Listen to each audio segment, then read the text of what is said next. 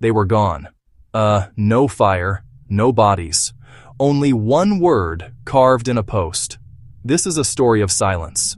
It begins on a lonely shore, a place where a dream of a new world met an unknown fate. In 1587, more than 100 men, women, children from England arrived on Roanoke Island. They carried with them the hopes of a nation. They sought to build a permanent home, a fortress, a new beginning in a vast, untamed land. They were pioneers. They were families. And then they vanished, leaving behind only that one solitary word. The story of Roanoke begins with ambition. It begins with Queen Elizabeth I and her desire to challenge the power of Spain. In the late 16th century, Spain dominated the New World. Its ships returned laden with gold and silver. England, a rising sea power, wanted a piece of that wealth, wanted a base in the Americas, a place to resupply, a launch pad for privateers to raid Spanish treasure fleets, a claim to vast uncharted territories. From this rivalry came the idea of a permanent colony. Sir Walter Raleigh, a favorite of the Queen, was the visionary. He was a poet. He was a soldier. He was an explorer. He was granted a charter to colonize lands not claimed by a Christian prince. He named the territory Virginia for the Virgin Queen. Raleigh never set foot there himself, but he financed and organized the expeditions.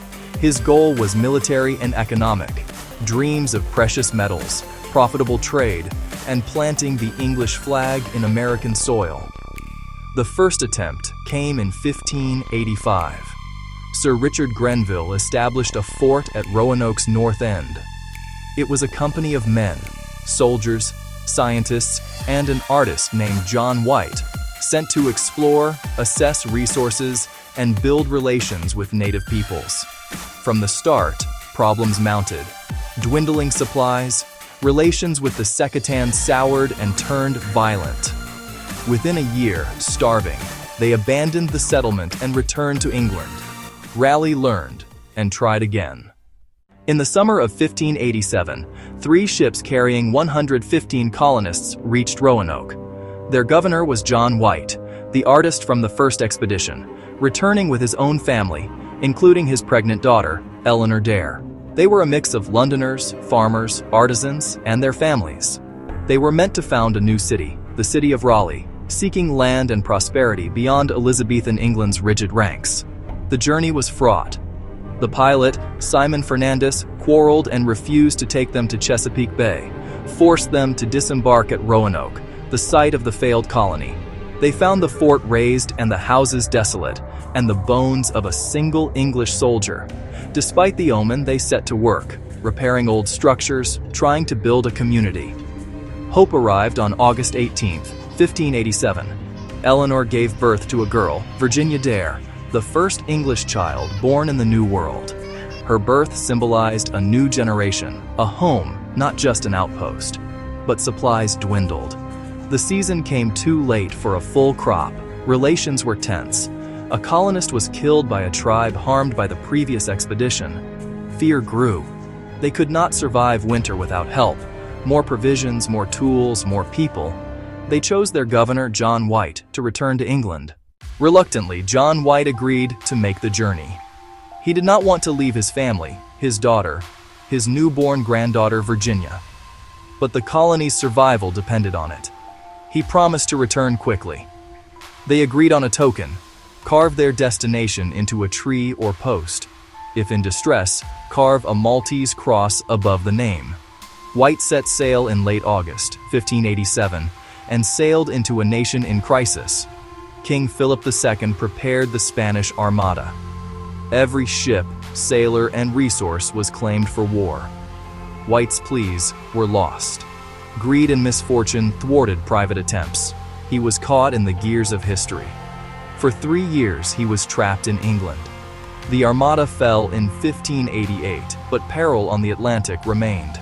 His desperation grew. Each storm he saw might be one they endured. An ocean away, his heart tethered to the island. In 1590, he secured passage with privateers, months of raiding before they agreed to steer for Roanoke. On Virginia Dare's 3rd birthday, he neared the island. He saw smoke rising. Hope surged. A signal? They sounded a trumpet and sang familiar English songs. No reply, but their echo. The smoke was a forest fire. At dawn, the settlement lay eerily empty, the village gone. Houses carefully dismantled, not burned. Weeds overtook foundations. No struggle, no bodies, no graves. White found his belongings, books, maps, illustrations, weather ruined, hastily buried and later disturbed. Small cannons, iron bars left behind. Then, the clue. On a palisade post, Croatoan. Deep, sure letters. Croatoan, the nearby island, now Hatteras, home to allies led by Monteo. White searched for the Maltese cross, found none. Hope returned. They had moved, not fled. He had to go to Croatoan to find his family, his people. The word Croatoan was the only message they left. Not a cry for help, a signpost. To White, its meaning was clear. They relocated to their allies on Croatoan. Safer harbor, friendly power, a logical move for survival. But a storm brewed. Anchors lost. The captain refused further risk. They turned east, leaving the clue unverified. So close. His daughter, his granddaughter, the colonists, only miles away. The winds and orders sealed the search's fate. He never returned. Thus, Croatoan hangs in history, both clue and frustration. Without confirmation, it became the mystery's pillar. One theory, they tried to sail home in their pinnace, lost at sea. But the carving and heavy goods left behind argue otherwise. Another, a violent end, by hostile tribes or the Spanish. Jamestown heard stories of slaughter, yet White saw no battle, no burns, no bodies.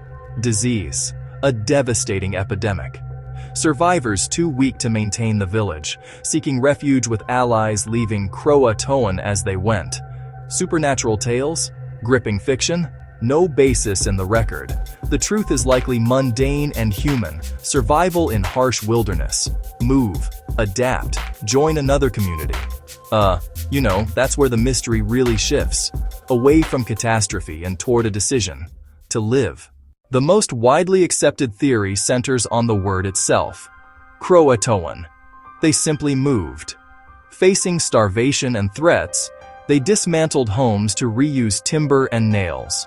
No distress cross, planned and peaceful. They intended White to find them. Decades later, John Lawson wrote that Hatteras Indians claimed white ancestors. Some had gray eyes, traits said to come from the settlers. Lumbee oral histories speak of descent from Roanoke colonists and local tribes. Names echo the 1587 roster: Dare, Cooper, Sampson. If true, they did not vanish. They survived, integrated, intermarried. Their bloodline continued. Transformation, not loss. The search is in the soil. Decades of excavation. Roanoke yields the 1585 camp. The family settlement remains elusive, perhaps lost to erosion. On Hatteras, English pottery, a rapier hilt, a lead writing tablet, within a large native village. Evidence of interaction, maybe cohabitation. On John White's map, a hidden fort symbol, about 50 miles inland, Site X. English sherds, mixed with native artifacts. Possibly they split, some to Croatoan, others inland. Finds are fragments, whispers from the ground, yet they suggest movement, not oblivion. The earth gives up secrets slowly, one small discovery at a time. We are left where we began, standing before a mystery, a void in the record, a question mark enduring through centuries. 115 people made a home. Their leader left to get help. 3 years later, gone. An empty village. One word, Croatoan. Did they assimilate with the Croatoan? Live on in Hatteras and Lumbee descendants? Likely, yet no definitive message returned. We have stories, we have artifacts, but no final statement. The power of Roanoke lies in this silence. It forces us to imagine their fate. Did they live in peace, watch for ships, tell children of England? Or did their journey end without a trace? We keep searching the soil, listening for whispers on that lonely island. We look at that single word and we wonder. The rest is silence, Wenthisi